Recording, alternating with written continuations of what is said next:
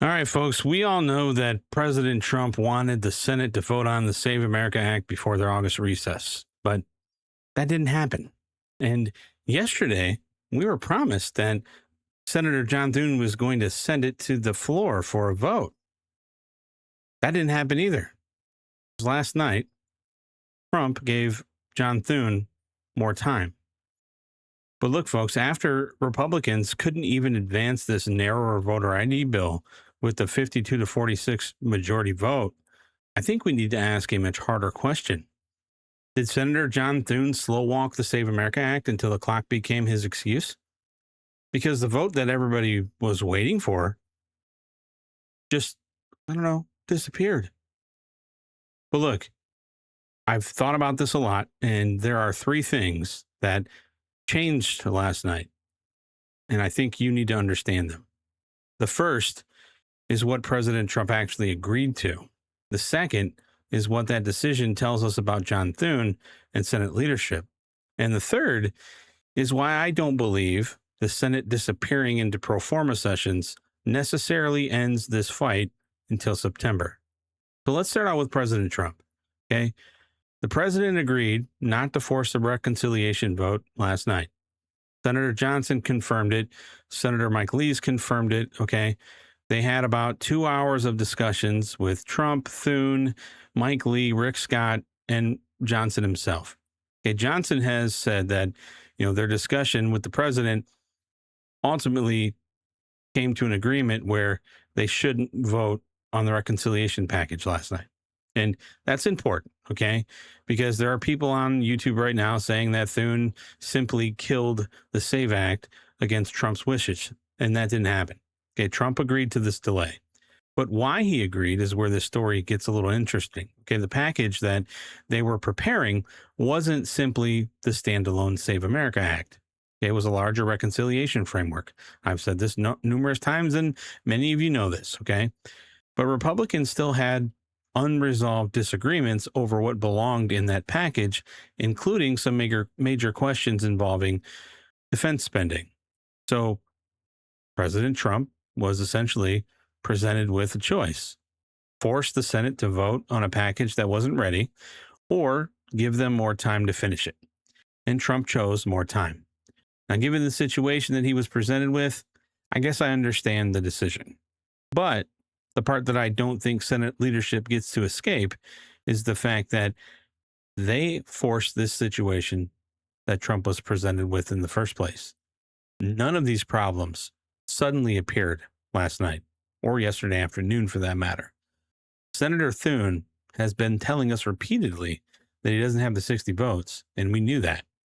So that's not new information. Republicans don't have 60 senators, okay? And Democrats weren't suddenly going to hand Thune the votes necessary to overcome the filibuster.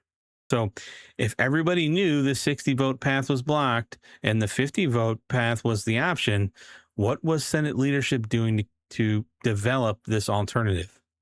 That's where the problem with Thune begins. He slow walked this, not because he said he didn't have 60 votes. I mean, he was right about that math. The problem is that he kept telling us about the obstacle while apparently failing to have the alternative ready when the deadline arrived. Reconciliation wasn't invented Friday night, okay? The August recess wasn't a, surprise. Trump's demand for action wasn't a surprise either. The pressure from Mike Lee,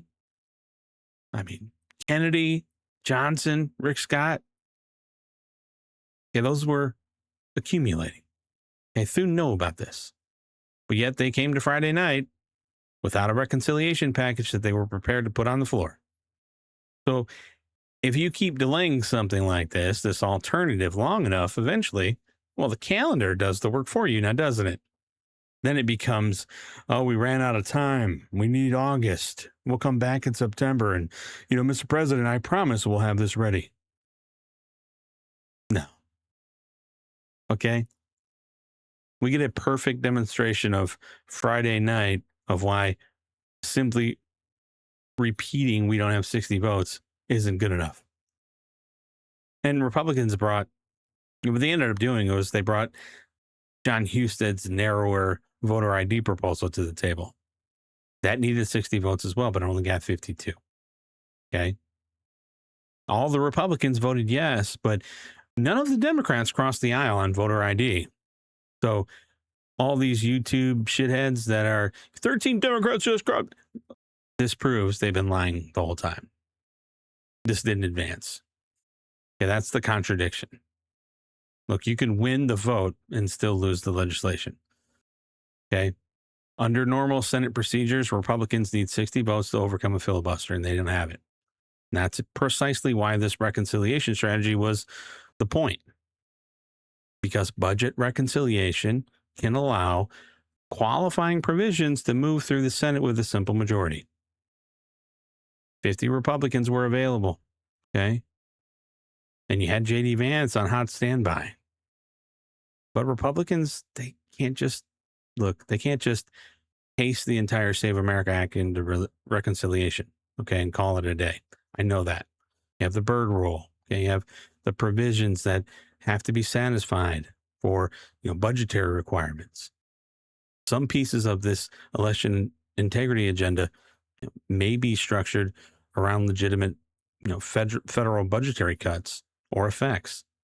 But there probably are some broader policy provisions that could face challenges if the budget and its effects are considered incidental to the policy. That's the rule. Okay. And that's where the parliamentarian comes in. So they're going to go until September, I guess. They're going to come back and they have to finish the job. Okay. And they have three things they have to do. They have to decide which meaningful Save America Act provisions are going to be in the package. They have to structure them. Secondly, they have to structure them so they can survive. And third, they have to lock down enough Republican senators to pass this damn thing. That's the work that they need to be doing. And it's also the work that I expected them to be doing before yesterday night. And apparently they weren't. But now they have August. Okay. Now, here's the next issue. People keep saying, Trump can just call the Senate back. And some people are saying, no, they can't. They're going into pro forma sessions. They're technically in session, so the president can't call them back. Look, pro forma, okay, those sessions have been treated as legitimate Senate sessions in many constitutional contexts. But, and look, the Supreme Court has dealt with this before. You had the National Labor Relations Board versus Noel Canning in the context of recess appointments. And look, that's not the constitutional question that is at the table here. Okay. Article 2 gives the president a separate power, and it identifies, extraordinary occasions where he can convene both houses or either one of them individually. And you have to understand, the Senate, they can't erase an expressed presidential power simply by creating the technical appearance that it remains in session while almost every senator has left Washington. Think about what that argument requires you to believe. Senators leave. Virtually, there's no meaningful legislation that's taking place. One senator remains. Okay. They come into the chamber periodically. They slam the gavel. They slam it again. Maybe say the Pledge of Allegiance. And because of that procedural mechanism, the president supposedly loses his constitutional authority to convene them under extraordinary circumstances. Bull. Okay. Bull. And I know what the response will be. People will cite Noel Canning. But again, that case involved recess appointments. Okay, the question there was whether the president could treat the Senate as being in recess for purposes of appointing officials without the Senate there to confirm. Okay, I'm talking about a different clause and a different presidential power. Could Trump invoke Article 2 and order the Senate to convene? And I believe, yes, he can. Could Senate leadership challenge it? Yeah, absolutely. And if the issue ultimately reaches the Supreme Court, I believe the court would recognize the difference between using pro forma sessions to determine whether recess appointments are permissible and using them to nullify the president's individual constitutional convening authority. Maybe Trump doesn't force them into that confrontation. Maybe he does. But remember, last night he agreed to give them the rest of the month. He may decide the better move is to let them work through August and force the issue when they return. So when somebody tells you, that's it, they're gone, Trump can't do anything until September, don't believe it, okay? Because the constitutional question is pretty simple.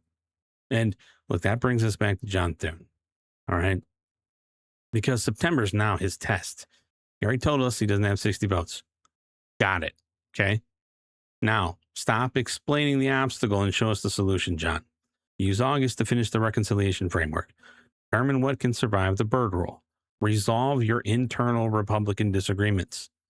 Find out who your 50 votes are and come back prepared to put something on the floor.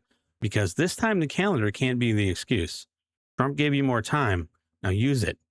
And if September arrives and Thune is still telling us the package isn't ready, or the votes haven't been counted, or they need another few weeks, then I think the question answers itself. Was Friday night really an unavoidable tactical delay? Or did John Thune slow walk this until the delay became inevitable? That's the question we need to watch. So, anyway, a lot of you were in the comments yesterday saying it wasn't going to happen. I'm not going to lie. I was hopeful because Senator Kennedy went on Fox News and said it. And that guy he's a straight shooter. Okay. I think Thune played us here. And I think he played the president. But I think the president is aware. So he better get his stuff together. Okay. So let me know what you think in the comments, folks. And I hope you're having a great weekend. God bless all of you.